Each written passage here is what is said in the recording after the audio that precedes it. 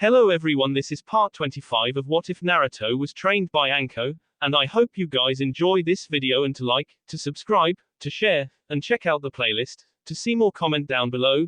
Now let's start the intro. They call me a god. They call me a god.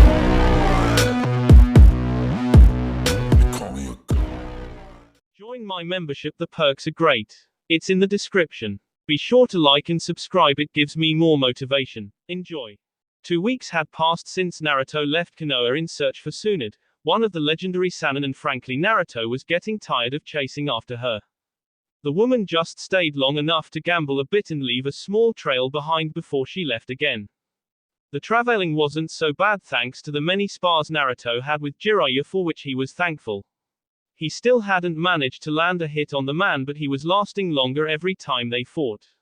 Naruto had even started to create a new technique, but so far he was having trouble figuring out how to make it work. On top of that, he was still working on the Hiraishin no Jutsu on his free time as well. He could feel he was getting close to figuring it out, but it escaped him at the moment. Jiraiya was having the time of his life, seeing he was traveling again and got many opportunities to do research along the way. He giggled while writing down an idea on his notebook, carefully hiding it from Naruto. The blonde had told him that if he didn't train him properly, he would find said notebook and practice a Kaiten Jutsu on it. Jiraiya had berated him for threatening to destroy what may become his greatest work yet, but didn't take any chances just in case.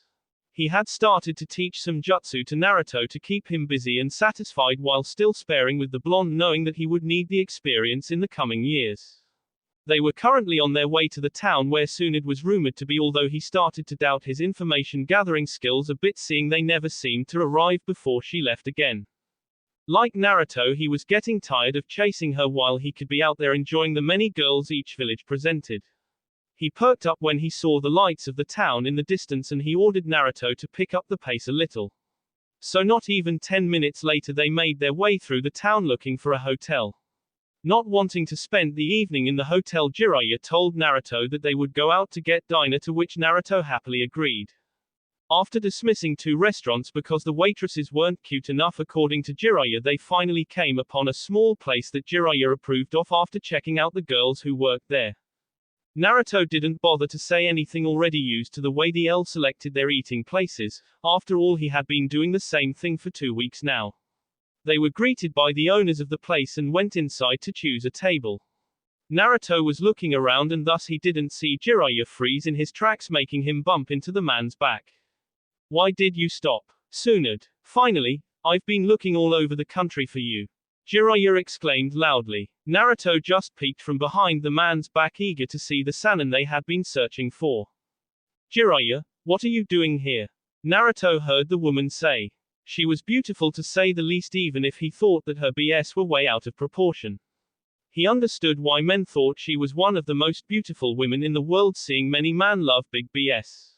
Next to her sat an equally beautiful young woman with black hair holding a pig in her arms. Naruto stared at the pig, wondering what kind of person kept a pig as a pet.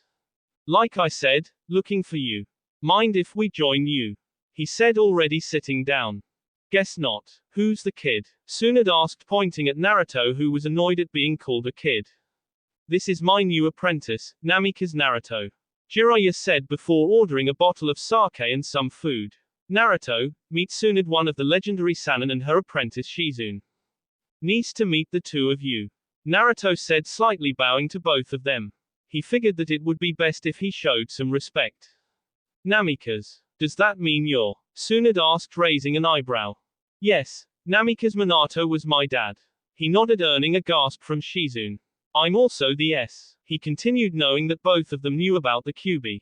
"I see, so why are you here?" Tsunade asked while drinking a bit of sake. "Did you hear about the attack on Konoha?" Jiraiya asked, receiving a nod from both women. "Did you also know that Orochimaru was behind it?" "Yeah, I figured he was the one behind it, but what does this have to do with me?" she asked. While Sensei survived the battle thanks to Naruto's help, he has decided to step down as Hokage. He realized that it was time for a much-needed change. "And that's where you come in," Jiraiya said, refilling his saucer with sake. "He wants me to become God. I'm Hokage, doesn't he?" she said before grabbing the bottle of sake. Yes he does, so what do you say? Jiraiya nodded.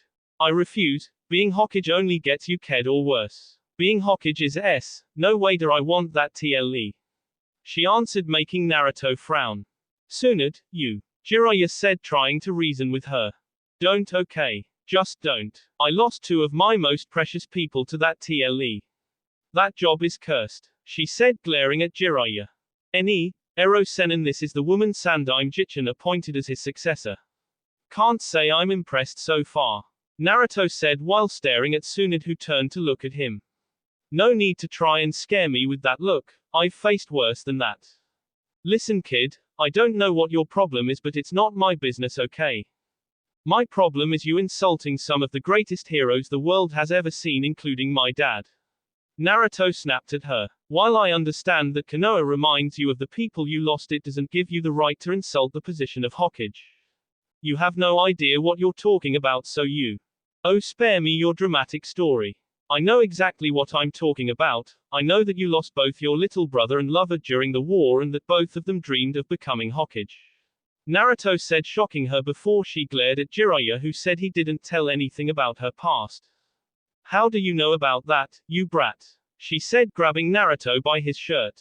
Sandaime Jichin used to tell me stories when I was a kid about Konoha's greatest heroes and while he changed names and dates I realized that he meant you when he ordered me to go with Ero Sennin. Naruto said while looking Tsunade in the eyes. He wouldn't show weakness to this woman. I believed him when he told me that you were a fantastic kunoichi but I see he was wrong, you're nothing but a coward and a hypocrite. That's it, you and me outside right now. I'll show you why I'm considered the strongest kunoichi. Lead the way, Tsunade Barkan. Naruto smirked inwardly smiling at seeing her reaction to him calling her old. The party of four stepped outside and if Shizune didn't stop them they would have started fighting right in the middle of the street but fortunately she managed to persuade them to fight just outside the village. Jiraiya was trying to defuse the situation by talking to both of them but neither Naruto or Tsunade would back out and he muttered something about troublesome blondes making Naruto laugh remembering Shikamaru's catchphrase. Last chance to apologize brat. Not a chance, Barkan. Well Jiraiya I'm sorry to deprive you of yet another apprentice but this one deserves it. She said to Jiraiya. I'm not too worried, did I tell you he fought Orochimaru to a standstill? Jiraiya said. Well technically that's not true but she doesn't need to know that. He thought. Do you really expect me to believe that? Tsunade said while looking at the Toad Sannin. There's no way this kid could take on Orochimaru and live. Nevertheless it's true, Jichin and I fought him during the invasion. I also fought and defeated your ancestor, the Shodaime after Orochimaru used a kinjutsu to bring him back to life. Of course he controlled him but I still fought him. Naruto informed her and Shizune. He knew he wasn't entirely truthful about the battle but that didn't matter right now. Tsunade was shocked to hear that Orochimaru would go to such lengths to destroy Konoha and to Kei Sarutobi-sensei. But then she remembered how he used to be and it didn't seem so surprisingly anymore. Still next time she saw him she would kick his ass for using her ancestor for such a purpose. Right now however she had a fellow blonde to punish. Whatever brat, let me show you what happens when people piss me off. Tsunade said turning back to her, pissed off, mode. Naruto didn't answer but just made a few Kage Bunshin who ran straight at her. Tsunade of course wasn't so easily distracted and quickly dealt with the clones before she attacked herself. She threw a punch at Naruto who dodged it so she punched the ground instead making a large crack appear in the ground. Naruto knew immediately that if he got hit the fight would be over so he evaded and dodged several more punches and kicks from the blonde kunoichi. Who's the coward now brat? All you do is evading and dodging. She sneered at him. She realized that maybe she was exaggerating a bit in her rage towards the kid but she couldn't help it. He had pissed her off so now he would have to pay the consequences. It's called tactical retreat and who says I'm only defending. Suddenly Tsunade felt someone grab her from behind and looked over her shoulder only to see a Kage Bunshin smiling back at her. Somehow knowing what Naruto was planning she tried to get rid of the clone before it exploded. The clone however had a firm hold on her and refused to let go and smirked before exploding. Jiraiya and Shizune were worried for a moment before they saw that the explosion was much smaller than usual so when they saw Tsunade standing there with only her clothes a bit burned and only taking minimal damage they relaxed. Impressive brat, I'll give you that, but you'll need more than that to get rid of me. She smirked at Naruto. You're lucky I reduced the amount of chakra to a bare minimum so that the explosion wouldn't hurt you too badly. Naruto said before he saw Tsunade disappear in front of his eyes. She slammed her fist into his gut before hitting him in the face, sending him across the clearing. Bet you didn't see that one coming, did you, brat? Why don't you sleep on it a little while? She laughed loudly. She stopped laughing, however, when she saw Naruto getting up, only rubbing his jaw but otherwise fine. Now I see what the L meant with freakish strength, Naruto said, making Jiraiya wince as he knew this was going to cost him. Fine. Didn't want to use this, but guess I don't have a choice now. Naruto just lowered his hand and a second later a perfect Rasengan appeared in his palm. Tsunade, however, was shocked that Naruto actually could perform an A-rank technique like the Rasengan. Sure, he may have been Minato's son, but this was ridiculous. Jiraiya, you taught him that move. No, I didn't. He knew it already when we first met, and not only that, but he's close to figuring out the Hiraishin as well. Causing an even bigger gasp from both women. You know, Tsunade Barkan, I don't understand you at all, Naruto said softly. For someone who claims to love her little brother and boyfriend so much, you sure don't hesitate to insult the dreams. What's that supposed to mean, brat? The dream was to become Hokage, the strongest shinobi in the village, and for that dream they were willing to risk everything. It didn't matter to them that they might not make it or get ked, the dream was that important to them. Naruto said while looking at her. They SD everything to make that dream come through, and even though they didn't make it, there is no way that they regretted anything. Wanting to become Hokage is what got them ked. Tsunade said, not wanting to discuss this with a brat she only just met. Bulls. The war is what ked them, they SD protecting Konoha and protecting the people they loved most of all. Naruto shouted. Yet all you do is insult their memory and the dreams. They would be ashamed of you right now, Naruto said while running straight for her with the Rasengan in his hand.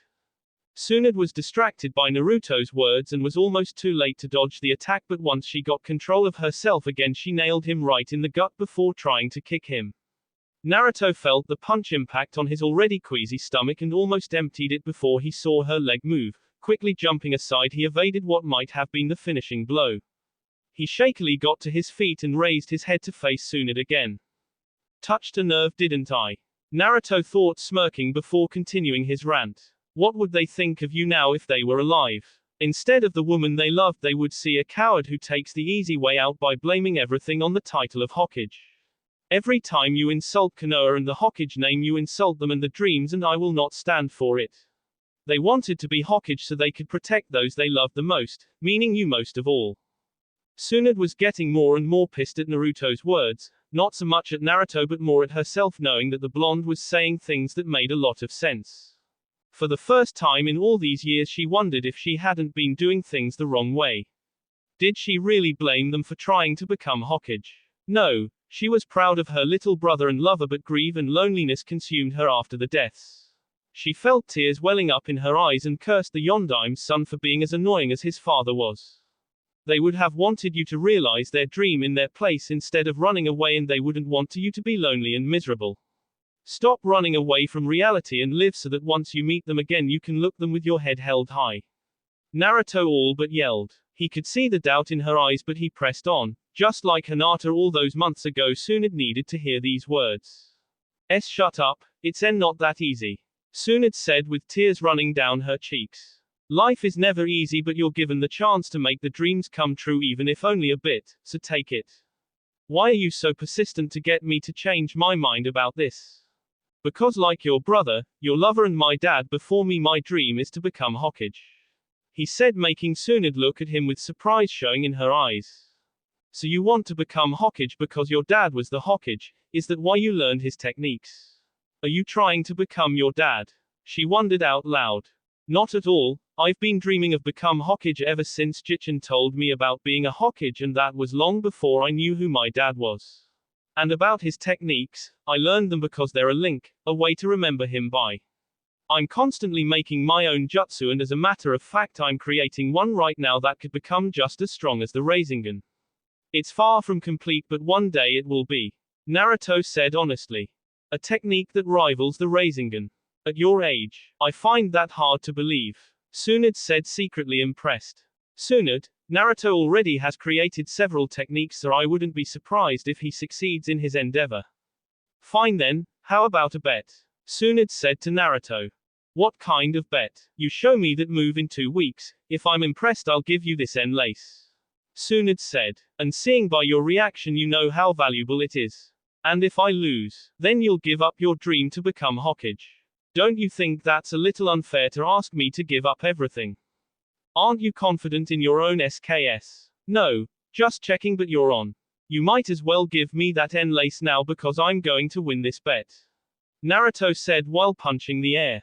After that, Naruto left for the hotel saying that he needed rest to start training the next day. Shizune too left to get some sleep while Tsunade and Jiraiya said they needed to talk some more. They would talk until late that night about an even then Tsunade was refusing to become the Godime Hokage, but Jiraiya could see that Naruto's words had shocked her. Maybe, just maybe, she would change her mind, but he would have to see in the next 2 weeks. The next morning Naruto woke up after sleeping very soundly. He was a little worried about the bet, but he knew that he wouldn't give up on his dream. All he had to do was work on his new jutsu, and he had plenty of time and ideas to do that. He even thought about using his cage bunshin, but that would be considered cheating in his eyes. Besides, he wanted to show the old hag that he didn't need extra help from his clones. He took a shower before leaving the room in search for some breakfast. He quickly found a small place where they sold summer bento lunch boxes and bought 2 of them. One for breakfast and the other for lunch later on that day. After eating breakfast, he got ready to start training. His new techniques was pure chakra manipulation, just like the Rasengan, but proved to be much more difficult to create. So far he had managed to shape it into its desired form for only a few moments before it lost its composition. He didn't have any trouble shaping his chakra thanks to the training he did for the Rasengan, but for this technique it seemed that he needed to start out small and gradually make it bigger. So that was what he did for the next few hours. He shaped his chakra into the form, only it was so small it fitted into his palm, but he noticed that he could hold it a little longer than before, so with newfound enthusiasm he continued training until nightfall. When he got back to the hotel, he was satisfied with the results of his training that day. He had succeeded into holding the shape for over a minute, so he hoped that by tomorrow evening he would be able to hold for 2 minutes. He entered the room and, like he suspected, Jiraiya was nowhere to be seen, so he just took a shower and relaxed a bit before reviewing the seals of the Hiraishin. An hour later he heard someone knocking on the door, and to his surprise it was Tsunade's apprentice Shizune. Shizune-san, is something wrong? No, nothing's wrong, but I wanted to have a word with you, she said, entering the room. I would like to explain Tsunade-sama's action from last night. Explain? What is there to explain? Naruto said calmly before sitting down again. Please do not judge Tsunade-sama after last night. She isn't a bad person, she's just. Shizune-san, it seems to me that you're under the impression that I hate or dislike Tsunade-baken. Naruto said softly. I assure you that's not the case. On the contrary, I'm sure she's a wonderful person, and that's why I did what I did last night. What do you mean? Shizune asked, perplexed. I challenged her to make her doubt herself and her reasons to hate Konoha. Jichin chose her to be his successor, and I trust him completely. If he says she's the best person for the job, then I believe him, he said, trying to explain his actions. But when I saw her, I noticed just how lost she was. For someone like me who wore an emotional mask for almost my whole life, it's easy to recognize the signs of loneliness. You noticed that? Shizune said while looking down. Of course, she hides by gambling and drinking because it takes her mind off things. I used to shout all the time, play pranks and annoy everybody. You can hide a lot from people by acting, but the eyes always shows the truth, he said with a sad little smile. Shizune nodded, hearing that. You should know that you got through to Tsunade-sama last night, Shizune said. The fact that she's betting her lace shows me that she is taking another chance. I don't understand what the lace has to do with it, Naruto said, confused. The lace is cursed, or so she believes. She gave it to her brother and lover as a token of her trust in them. But both of them got killed shortly after receiving it, Shizune explained. After that she kept it for herself. Well, guess I'll have to show her that she's wrong about that lace, won't I? Naruto said, full of confidence. Naruto and Shizune talked for a few more hours about themselves and about general things. Shizune discovered that Naruto was actually a very sensitive guy who was also a very good listener. He could also tell stories with such conviction that she was sitting at the edge of her chair waiting to hear what happened next. She was very surprised when he said that he had a girlfriend that was almost 10 years older, and when he told her name she actually fell of her chair. She remembered Anko from when she still lived in Konoha. Naruto told her about the 6 months they spent together in the Forest of Death, making her shiver as she recalled that particular training place pretty well. When Shizune left, she thought that she had started to form a tentative friendship with the blonde shinobi and wished him good luck with his jutsu, to which Naruto replied that the N-lace was as good as his, making her smile at his confidence. She went back to the hotel she stayed at with Tsunade and entered their room hoping her master would be there and not gambling and drinking without her supervision. "Tsunade-sama, are you here?" she called out when opening the door. "Shizune, where have you been?" "I've been back for hours," Tsunade said while tapping her foot while glaring at her apprentice. "Ah, sorry Tsunade-sama, but I went to speak a bit with Naruto-kun," Shizune said, going over to her bed where she changed into her nightclothes. "The brat, why did you talk to him anyway?" Tsunade snorted loudly. She still hadn't forgiven or forgotten his harsh words from the other day. "Please Tsunade-sama, Naruto-kun is actually a very nice person if you get to know him a little," Shizune said softly before crawling into her futon. Tsunade, however, stayed quiet and she too got ready for bed, but the feelings she had been getting ever since she met Naruto were on her mind and sleep didn't come as easy for her. She tossed and turned in her futon for hours before sleep finally claimed her. She resolved to talk to Jiraiya later on and maybe even go check up on the blonde, without him knowing, of course. In Konoha, people were finally getting things under control again. There still was a lot of work to be done to repair the damages, but things were starting to look up again. The most urgent repairs had been done and now they would start to focus on repairing the rest of village. People started to get over the shock of being attacked in their own home, and slowly but surely they felt safe again. They went outside without fear of being attacked and most of the people were ready to begin with the daily lives. The Sandaime, however, was far from happy. The fact that Uchiha Itachi and his partner had entered the village without anyone noticing was something he couldn't accept. If AS rank Nukanen could get inside the village like that, things were seriously wrong. Konoha would have to change its ways if it wanted to survive in the shinobi world. If they started showing weakness like that, it wouldn't take long before other villages like Iwa and Kumo would take advantages of their problems. He seriously hoped Naruto succeeded in bringing Tsunade back as Godime Hokage because he was too old to deal with stuff like this. Another problem was Uchiha Sasuke, who was still in the hospital after his brother's attack. According to the medics, Sasuke was psychically healthy but his mind was heavily attacked, and who knows what this would mean for the already rather unstable young shinobi. It seemed that the young Sharingan user was so focused on revenge that he even forgot to worry about his own personal well-being.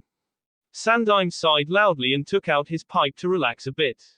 Just when he was about to light it, someone knocked on his door and he ushered them in. "Good day Hokage-sama, Team 8 reporting for duty," Kurenai said while giving the Hokage a slight bow. "Ah yes Team 8, let's see here," the Sandaime said while ruffling through the stack of scrolls. Not this one," he said before grabbing another scroll. "Not this one either, aha perfect," he said while presenting Team 8 with scroll. "The mayor of a nearby village is asking help to deal with a gang who deals in human trafficking and slave trading. You are to scout out the numbers and locations and report back so we can send out the necessary forces to deal with them." "Why can't we deal with them, Hokage-sama?" Kiba asked politely. He might be on good terms to him thanks to Naruto, but he knew he wouldn't get away with being disrespectful. Because Kiba-kun, organizations like these always have a huge number of men. While they are normal thugs and villains, their number is just too great for one team to handle. Sandaime said. He didn't mind answering questions as long as they were asked in a respectful way. "Understood Hokage-sama, we'll leave right away," Kurenai said. She was a woman on a mission, literally. She hated those kind of men who abused women and children, treating them like common cattle to sell and use for their own profits. Team 8 was dismissed and Kurenai told them to meet at the main gate in half an hour. The genin nodded and went to prepare for their new mission. When they met at the gate, the four of them were armed and ready to leave. The village wasn't that far, so they made haste and hoped they would arrive after about 2 or 3 hours. While making their way to the village, Hinata came to the conclusion that this was the first time in a long time that they did a mission without Naruto and Anko by their side. Kurenai agreed but said she was confident that they could do this mission on their own, which of course set Kiba off to agree loudly. They hopped through the trees much to the enjoyment of Kiba and Akamaru, who were in their element. Hinata and Kurenai were talking about something and Shino was keeping quiet as always.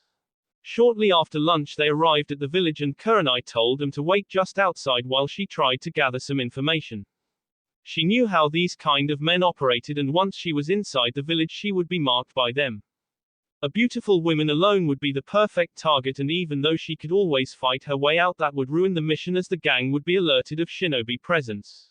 So she used a genjutsu to make her appear as an older lady on her way through the village. She used her skills to listen to the conversations of the townspeople and the other women.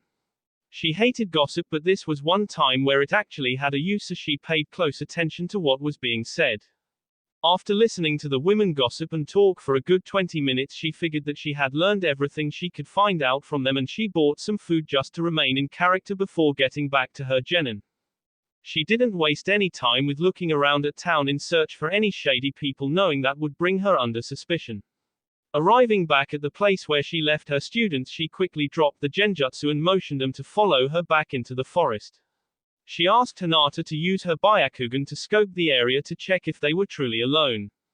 Hinata quickly confirmed that everything was safe. Alright, I didn't get much information, but I did find out that one of men from the village had noticed some activity not far from here. Kurenai said while giving each of them a can of juice. According to him, there might be a bandit camp several miles south from here. Sensei, if they knew where the camp is, then why didn't they take any action? Don't forget, Hinata, that these are simple townsfolk. They're not trained for combat like we are from young age. While bandits and thugs are not really a threat to us, except in large numbers, but for them they are life-threatening adversaries. Kurenai explained, which was true. A regular bandit was no match for a trained shinobi, even if they were genin. Only when their numbers were big they could become a threat. So how do we proceed, Sensei? Shino asked. We'll slowly make our way towards the place where the camp supposedly is. Kurenai said before standing up. Hinata, when we get close enough, I want you to use your Byakugan to find them and make an estimate of their numbers. Hinata nodded, showing that she could count on her. Shino, I want you to use your bugs as well to look for any captives. She said, pointing to Shino. Kiba, you'll be our backup and watch our back. Both boys nodded their consent. Remember, under no circumstances are we to engage the enemy.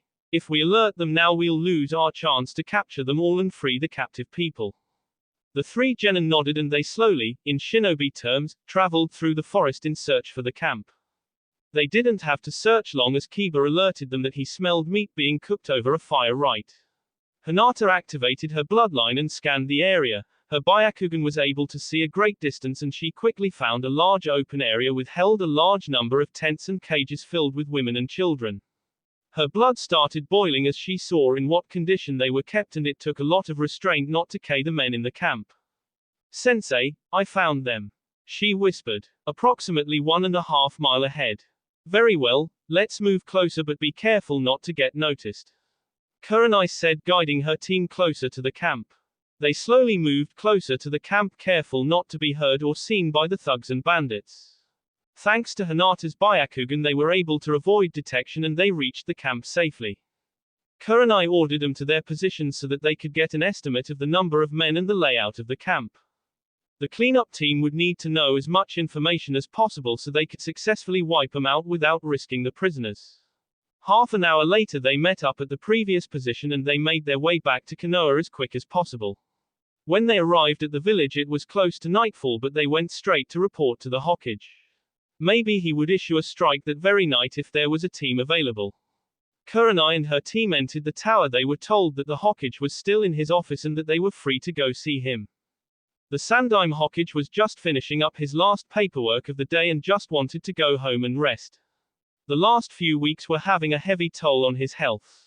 He sighed when he heard someone knocking on the door, but told him to come in, thinking that if he didn't do it tonight it would be waiting for him in the morning, and the mornings were even worse than ever. Hokage-sama, Team 8 reporting from their mission. Kurenai said, bowing slightly to her leader. Ah yes, please proceed, Kurenai-san. Sir, After a small information gathering, we discovered the camp about 3 miles south of the village in question. The camp is placed inside a clearing surrounded by trees. We got closer to determine their numbers and the layout of the camp. Very well, do you have an estimate how many they are? The four of us counted a force of about 50 to 60 men armed with knives and swords. At the time of our mission, no shinobi was seen amongst the men. They are, however, well organized and the camp is well guarded as well. What about the prisoners? How is their condition and numbers? The prisoners are situated in the middle of the camp, surrounded by tents and heavily guarded by several men. The number is about 30 women and children, mostly girls. Their condition is bad. Most of them are malnourished and some of them are wounded or hurt. The children are of course frightened, but the women are taking care of them. What is your opinion on how to act? Sir, I propose we take immediate action. Although there were no signs that they would leave in the coming days, the longer we wait, the more chance we have of losing them. The Sandaime nodded, thinking exactly the same thing. The safety of the prisoners was a priority and the village had paid for the elimination of the gang and the rescue of their townspeople. He pressed a button and an Anbu arrived not a few seconds later. Get me the 2 Chunin teams currently on standby in Mitarashi Anko, he said. The Anbu nodded and vanished in a puff of smoke. Hokage-sama, can we come as well? Kiba asked hopefully. I'm sorry Kiba-kun, but not this time. The 3 of you did an excellent job today, but you've traveled back and forth between the villages. Because of that you're tired and your chakra reserves are low, which could endanger the survival of the captives. The Hokage said, placing a hand on Kiba's shoulder. Don't worry about it. Thanks to the info you and your team provided, the strike team will have no problem completing the mission. You can be proud of yourselves. Thank you Hokage-sama, Hinata said. Though she wanted to help with the mission, she had to admit that she was tired and she wouldn't want to be a liability to the other teams. Kurenai-san, if you're up to it, I want you to go with them and provide a distraction with genjutsu, allowing the team to attack. Understood, sir. I'll be happy to help. Kurenai said before turning towards her team. Get some rest and meet me tomorrow at the usual time and place for training.